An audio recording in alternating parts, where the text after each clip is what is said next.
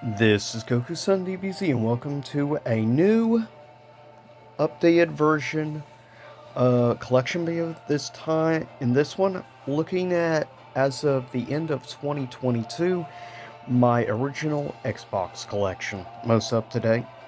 First up, a few of my loose.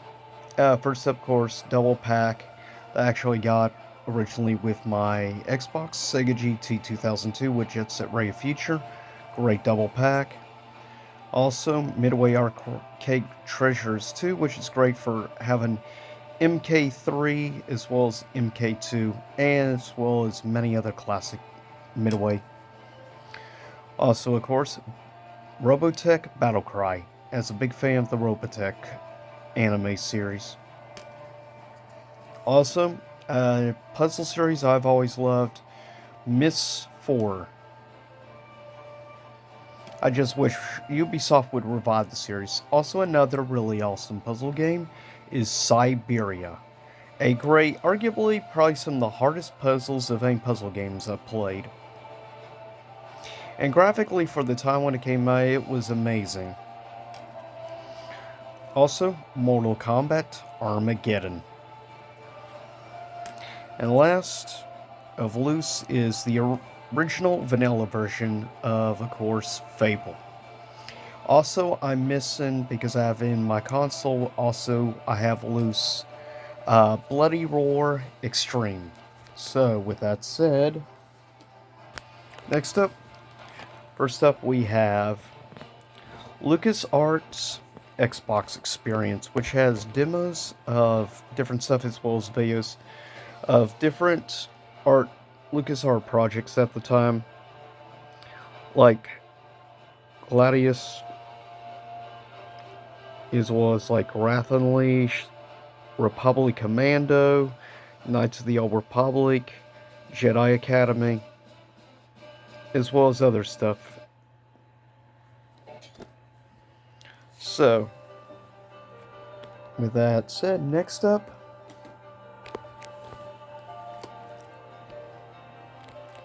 we have another double pack, which is Star Wars Clone Wars and Tetris Worlds. As you know by now, I'm a huge Tetris fan, so this is awesome to have. And the fact it did have also online, which was really cool for the time. And you could also play your own custom like music that you download from CDs and stuff, which made it fun listening to like rock and metal and stuff while playing Tetris. Made it actually quite interesting and fun. Next up, we have Blinx the Time Sweeper, an all-time classic, definitely, in my opinion, of action platformers from the original Xbox, and I wish this game would get a remaster for current day, personally.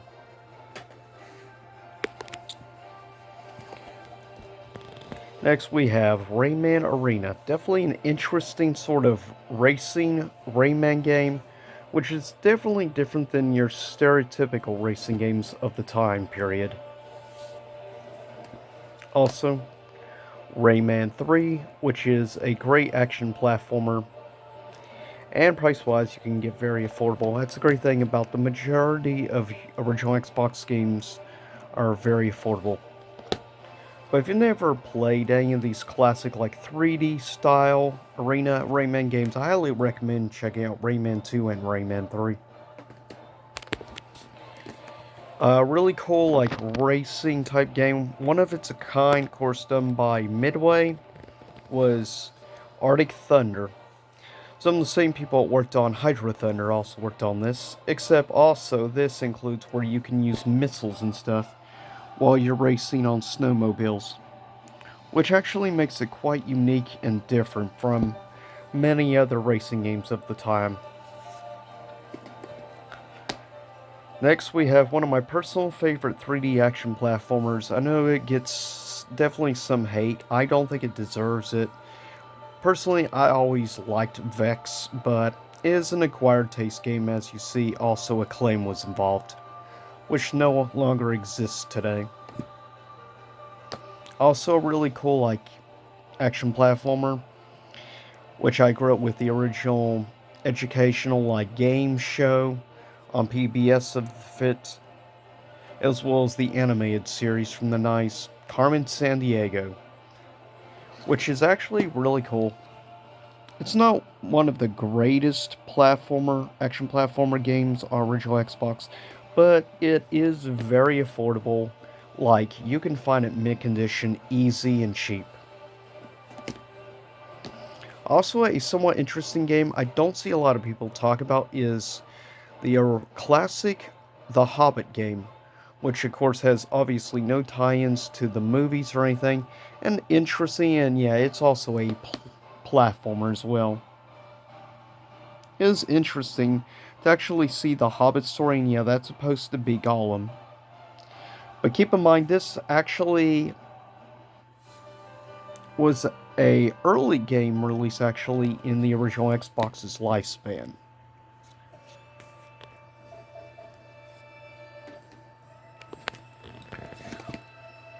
Also, we have Ty the Tasmanian Tiger. I've only actually played the first game. I've not had the opportunity to play any of the others. But Ty is actually an interesting action platformer. I do want to actually play the remasters of Ty 1 and 2. But if you like this era of like 3D action platformers, can be quite fun, personally. Another, definitely a cult classic, of course, is Beyond Good and Evil, done by Ubisoft. Not sure when they'll actually do Beyond Good and Evil 2. Personally, I would prefer just to have a nice quality remaster of the first game over the supposed, of course, nightmare development that the second game is having. Still, a great game I highly recommend to anyone. A somewhat fun, I enjoy, beat 'em up style game, Bruce Lee Quest of the Dragon. I personally think more people should try this. Yeah, it definitely has some issues, that's for sure. But still, I actually enjoy it, and as a fan of some of the classic Bruce Lee films, it's definitely a nice head nod, in my opinion. Also, as a longtime fan of the show, of course, Buffy, this was a great 3D third-person action game, in my opinion. Very loyal, and actually use clips and things from the show, which I appreciate, and use like the original voice cast as well, which made it cool. And this is genuinely actually a really fun and enjoyable game, in my opinion.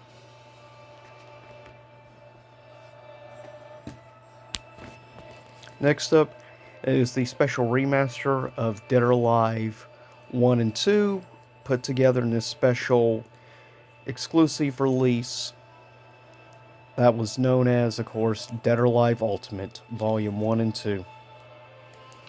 Great game, in my opinion. Of course, had music done by Aerosmith, as you see there, like Dream On, as well as Nine Lives, which I love the song Nine Lives, also from the album. Dream On is probably better well known, obviously. Still, I really enjoy this. I also really enjoyed the song it used, Home Tonight, in specifically Dead or Alive 3. Also, of course, a guilty pleasure of mine, Capcom Fighting Evolution, which I still like and find the cover art to be quite interesting. Of course, the very beloved Capcom vs. SNK 2,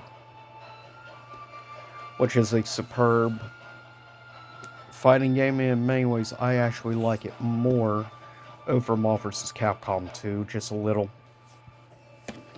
Also, of course, you have the great Dead or Alive 3, which is still, in my opinion, looks and holds up pretty well to this day, in my opinion.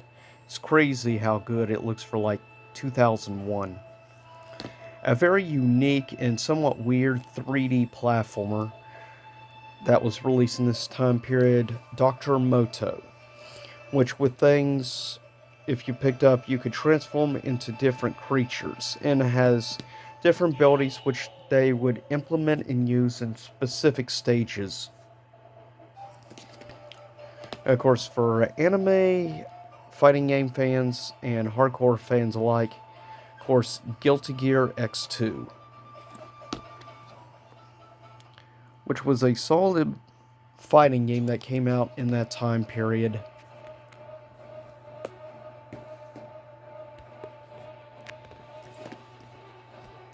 And of course, next, Jet Set Radio Future, which is arguably one of my top 5 favorite games on the original Xbox, and I will probably always have a special place, personally, for Jet Set Radio Future. Jet Run Radio is good, don't get me wrong, but Jet Set Radio Future, I think, is superior to the first game in every way, including soundtrack. And I love also this cover art with Beat.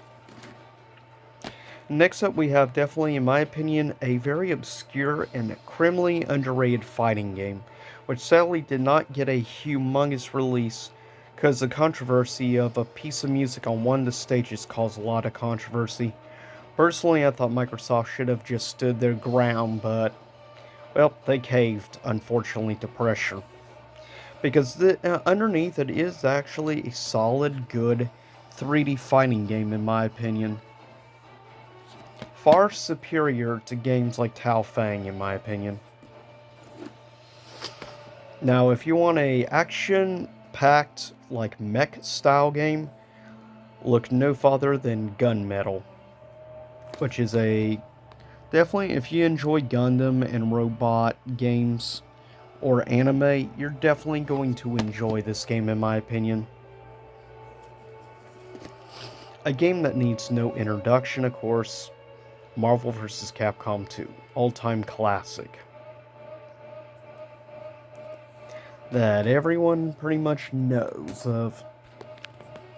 Next up, a game surprisingly I don't see a lot of people talk about is Oddworld Munch's Odyssey. Most people usually talk about Oddworld Abe's Exodus or Oddworld Abe's Odyssey. Of course, newer version, new and tasty. Personally, though Exodus is my favorite, this is probably my second favorite. Well, between this and Stranger's Wrath. But I personally really enjoyed this game more than I think a lot of people did. Next up, another game that needs no introduction, Panzer Dragoon Orta, which was the last game in the Panzer Dragoon series before the eventual remake, though they tried to do a somewhat spiritual successor with Crimson Dragon, which was a digital-only release for the X1, unfortunately. Orta, in my opinion, is easily, of the Unreal games, is probably just about my favorite, honestly, game in the series. Personal preference. Also an all-time classic, you can't look any farther back than Prince of Persia: The Sands of Time, which is arguably one of the greatest games that Ubisoft ever made, in my opinion. Before, it would be several years before, of course, the first Assassin's Creed would be made, which would be the spiritual successor to Prince of Persia series. Also, you would have somewhat more controversial games like Robotech Invasion. Personally, I think this game, it's a little too much hate. Yeah, it's not nearly as good as the original Robotech Battlecry game, but still, I did enjoy it for what it was. Now, if you like strategy RTS type games, Shattered Union is a really cool game that was done by 2K Games, which dealt in an alternate timeline where the North actually lost the Civil War and where the Confederacy won, and it created a weird alternate timeline in America. And that's what the game looked like. But that was the main thing that got me interested in the game, was the alternate history on the Civil War, as you see there. If you're curious, I recommend checking out some gameplay. If you like stuff like Command and Conquer, you'll enjoy Shattered Union. Of course, another great sequel from Sega, Shenmue 2, and included, of course, a DVD feature calling it Shenmue the Movie to recap the first game if you didn't play the first one. That was actually really smart, so people could play Shenmue 2 and not be lost if you hadn't played the first game. Another game that surprisingly a lot of people actually don't talk about, which amazes me, is SNK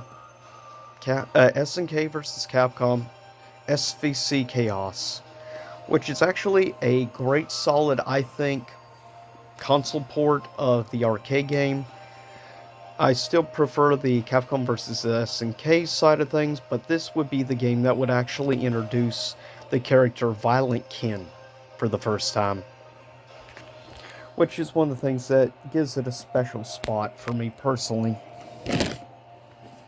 Next up, we have, of course, another fighter. It doesn't really need any introduction, Soul Calibur 2, many people's favorite of the Soul series. Arguably one of the most criminally underrated action platformers of all time in my opinion, Sphinx and the Cursed Mummy. This game has great platforming, great puzzles. I love the story, the characters, and the soundtrack is superb. This was arguably one of the greatest games that was ever done by THQ in my opinion, before they died. A sort of racing game that I actually really like, and I'm surprised more people don't talk about, is Spy Hunter. A great game from this time period in my opinion, if you're a fan. Plus it includes, as you see there, the original arcade Spy Hunter, which is awesome. So if you want to play the original arcade classic, you could. This was the first Street Fighter thing I would ever have on original Xbox, was Street Fighter Anniversary, which included, of course, the anniversary version of Hyper Street Fighter 2, as well as re-release of Third Strike. Not the best port of Third Strike, not until the online edition, but this was a great way to play if you didn't have an original Dreamcast. This was probably the best way to play, at least until the online edition on PS3 of Third Strike. Also, getting into Star Wars games, that's one area the original Xbox excelled in, was the great Lucas games that it would actually get released on it. And this is a superb game. I actually think it's solid, great, just like the movie. With Revenge of the Sith game, if you haven't played, I do recommend checking out Revenge of the Sith. Both the movie and the game. Also, of games I really enjoyed from this time period, I enjoyed more than a lot of people. Starfighter Special Edition, I enjoyed quite a bit. I liked the missions with using the Naboo fighter. And overall, I did enjoy a lot of the missions. I thought this was pretty fun. It was the first really good, enjoyable, like, air fighting game outside of what was originally the Rogue Squadron series. Also, we'd get another game, of course, Star Wars Jedi Fighter, which have a few more things as well as other characters added, but graphics would be improved. I still prefer the first game, but the sequel still was a solid addition. Probably one of the most criminally underrated Star Wars games of this time period was Star Wars Obi-Wan, which dealt with a younger Obi-Wan Kenobi and would tie in with also the Phantom Menace movie. So this was a good route to go if you wanted to experience a solid, decent Star Wars game as a Jedi. Also, of course, can't forget classics like Jedi Knight, Jedi Academy. Probably one of the best Star Wars games of this time period. Great action, good pacing. All around a superb Star Wars game. And I could say the same thing also for Jedi Outcast, Jedi Knight 2. Which is a lot of fun since you could also do Sith abilities and things as well. That's one of the things I liked. And arguably, I'd say Jedi Outcast I prefer over Jedi Academy. But everybody has their own cup of tea. Also, probably the single best first-person view Star Wars game of all time, in my opinion, was Republic Commando. Hardly anything else has come out that will ever surpass this game, in my opinion. This was not only a great Star Wars game, but one of the best first-person shooters on the original Xbox, easily. Outside of Halo, I would say this is the best. Also, of course, you have the classic Star Wars Battlefront games, 1 and 2, which are simply amazing games completely, and I highly recommend anyone who hasn't played gets a chance to play Battlefront 1 and 2, the originals, take it and try it out. Of course, when it comes to Star Wars games, you can't do anything without talking about these masterpieces. The Knights of the Old Republic 1 and 2. Easily the best Star Wars games of all time, in my personal opinion. And it definitely deserves the love it gets. And it's really fun. Definitely the opponents you have. Like with the first game, you had to deal with Darth Malak. And then the second one, you would have to deal with, obviously, Darth Nihilus, as well as many other Sith. Now, next up, before we get to the rest batch, is a game you'll be seeing in a future edition of Pickups. A very interesting game that, if you get a chance to check it out, it's called Dreamfall. It's considered a spiritual successor to some other classic games of the same time period that I do recommend checking out. Next up, probably considered one of the greatest RPGs of all time. Of course, that being Elder Scrolls 3 Morrowind.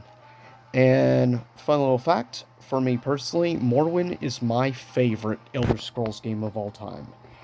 Personally, I think, in my opinion, it is probably, Skyrim is the most overrated game, I think, in the Elder Scrolls series.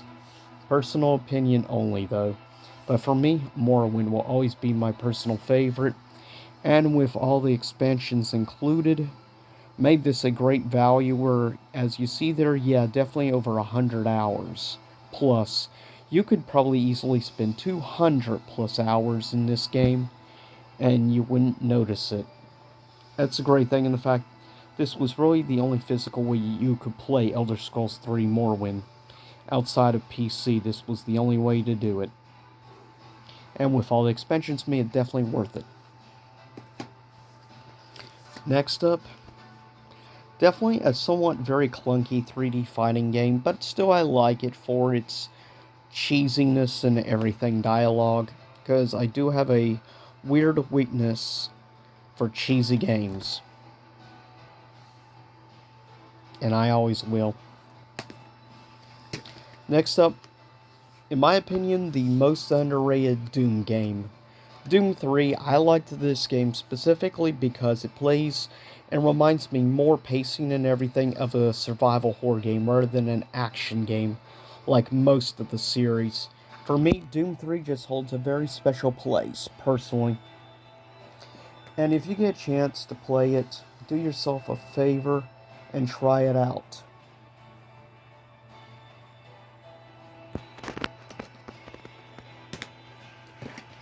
This was a special DVD that I got, limited edition bonus, with the original vanilla version. And you even got a cool little demo of this game, which, by the way, is a game I do recommend checking out. And of course, Fable: The Lost Chapters, the best way to play the original Fable game, as it would work on some of the bugs that were in vanilla version. It would still definitely have frame rate issues, not quite as bad as vanilla Fable, but still, it definitely plays great, and if you want to play original authentic, not get the anniversary, this is the best route to go. Next up, of course, a game that has quite the hardcore following and fanbase, Half-Life 2. Arguably considered by many to be maybe the greatest first-person game of all time. Personally, I've only played a little bit of Half-Life 2. It is a good game, but I do feel maybe it's just a tad little overrated. Though, definitely it was revolutionary for its time, but I'll be honest, I like Portal 1 and 2 both more than Half-Life 2, and I've never even played the original Half-Life. So, yeah. Now, also, of course, Halo 2 needs no introduction, arguably, in most people's opinions, the greatest first-person shooter of all time on the original Xbox, and I completely understand why people feel that way.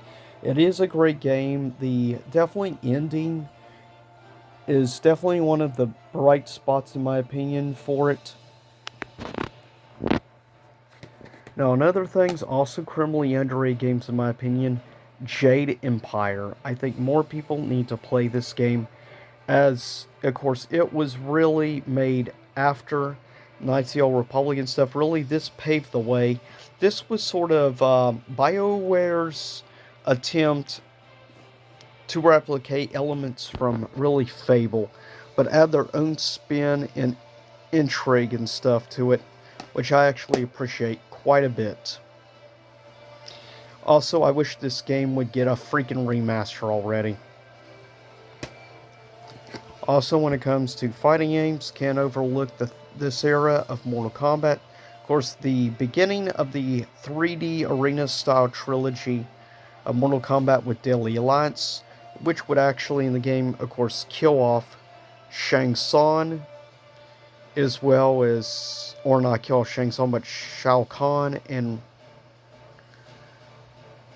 but also make the ultimate villain actually be a double team, the Deadly Alliance of Quan Chi and Shang Tsung, wanting to resurrect the mummified, of course, story of the Dragon King, which would lead into Mortal Kombat Deception, which was my favorite Mortal Kombat game up until Mortal Kombat X. I still love this cover art with Onaga the Dragon King. Amazing game, so much content, like chess combat was amazing, puzzle combat, even had a racing game. Now, the reason to get the collector's edition, besides having that cool picture, was also included a bonus disc.